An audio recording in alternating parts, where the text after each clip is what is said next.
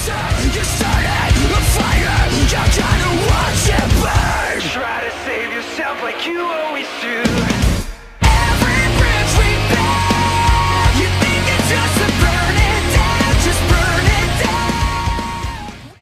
Hey guys, it's Bat, and I'm back again with another replay review. Today, it's myself and the STB-1 on the most recent patch, and we're playing on Rockfield. Now, the STB had its view range reduced from 270 to 260, so we can't spot quite as effectively as we could before. And it's been quite a long time since we've seen any real STB-1 reworks or buffs or nerfs, so I thought I'd take this bad boy out and see where we could get going. And right now, I'm going to take it over to the C-cap side, because that's going to favor the STB-1 quite a bit. The hills are just gentle enough for those 10 degrees of gun depression to be put to work really usefully here. Now, the FE-4202 is holding the corner a little bit too tightly for me to get a shot in case they do go that way. But it's starting to look like they aren't going that way.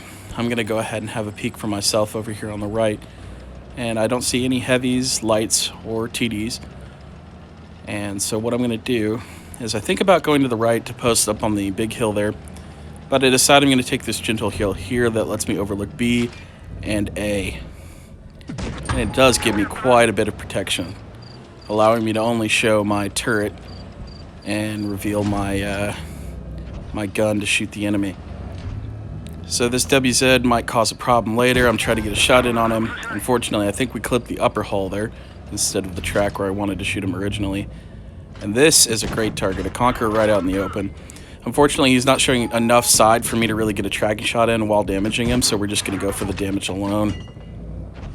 And as you can see, I turn my turret just enough to avoid the chieftain shot, and we're always going for tracking shots, as I've said in my videos before. Those are the most useful that we can get. And right now, just trying to be effective, just trying to put in as much damage as we can from this safe position. Get a nice high roll on the Conqueror, and he's nearly down to a one-shot. But as you can see, that 704 is in a perfect position for us to track him side on. And we're going to reload just enough and get him on the way down. We've already got 1400 assistance damage too, so we're already racking up some good damage totals on this game so far. Unfortunately though, it looks like our allies are kind of a bit too spread out, and people are getting picked off and put down to low health a little too early on in this game. Luckily though, two of the enemies there are low health themselves. We saw the chieftain moving right there, so we're going to wait for him to make a move. Fortunately, we catch the Patton out early, and we're able to damage him. And then the chieftain is going to follow swiftly behind him. They're trying to rush our two low health tanks on this side. As you can see, they took out the tortoise, and now they are focused on the Maushan. Right here, I should have switched to heat, and I shouldn't have gone down like I did right here, because I figured that the Maushan could actually survive a bit longer than he actually did.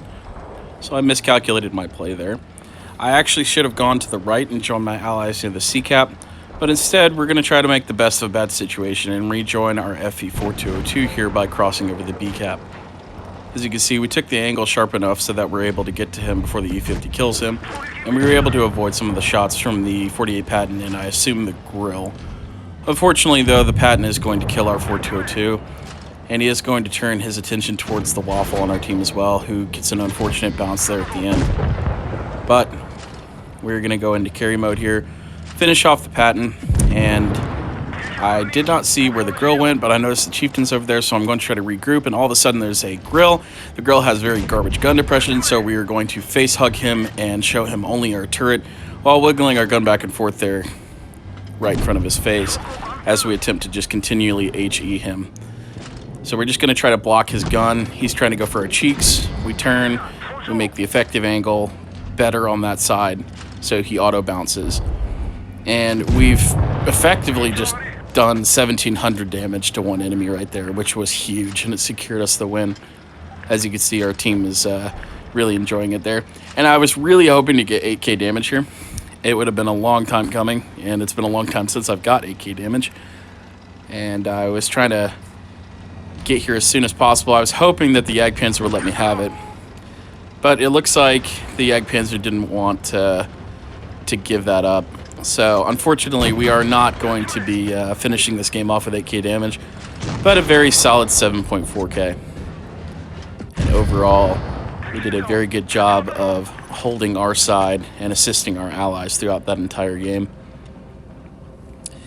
And as we can see, the end plates, I didn't quite manage to get a Top Gun, unfortunately, but I did get a Mastery Badge, High Caliber, Confederate Award, and several other medals to go along with that. You'll be able to see from the team stats here on the next page. It was only really me and the Jagdpanzer who were really doing anything for our team. As you can see, the enemy team was very close to steamrolling our team, but we were able to bring it back in the end. As for the in-depth stats, we hit 23 out of 23 shots. We only pinned 21, but we did manage to get a 7.4k game and a decent amount of assistance damage. I hope you guys enjoyed that battle. There'll be more like it coming in the future. If you enjoyed this video, make sure to like and subscribe, and I will see you guys next time.